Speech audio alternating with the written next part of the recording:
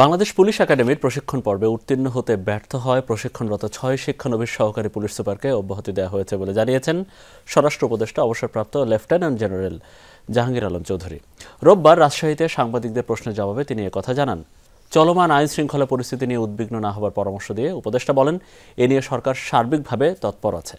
এর আগে রাজশাহীর শারদায় একাডেমিতে ৪০তম বিসিএস পুলিশ ব্যাচের সমাপনী কুচকাওয়াজে অংশ নিয়ে তিনি পুলিশকে দল ও দাস না হবার আহ্বান জানান।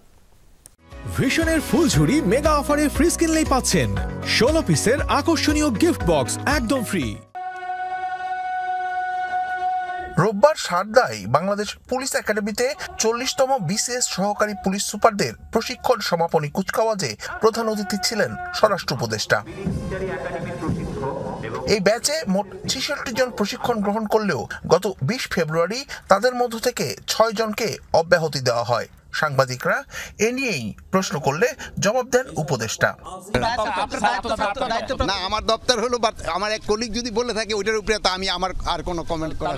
ওটা হলো প্রশিক্ষণে যারা ভালো করবে তারা উত্তীর্ণ হয়ে যাবে, আর প্রশিক্ষণে যদি ভালো না করে উত্তীর্ণ না হতে পারলে তো হবে না।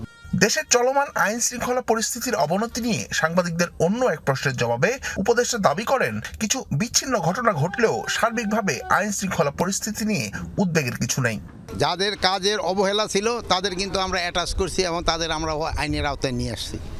আর এই যে যেটা বললেন যে এরকম দুই একটা ঘটনা কিন্তু সব সময় ঘটতেছে এবং আগেও ঘটছে, ভবিষ্যতে যেন না ঘটে এই জন্য আমরা চেষ্টা করে যাচ্ছি। এর আগে কুচকাওয়াজ পরিদর্শন শেষে পুলিশ সদস্যদের উদ্দেশ্যে ভাষণে তাদেরকে দল দাস না হওয়ার আহ্বান জানান স্বরাষ্ট্র উপদেষ্টা।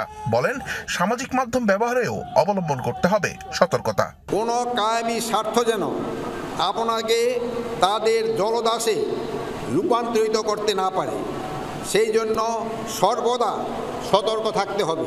শিবলি নোমান, যমুনা নিউজ, রাজশাহী।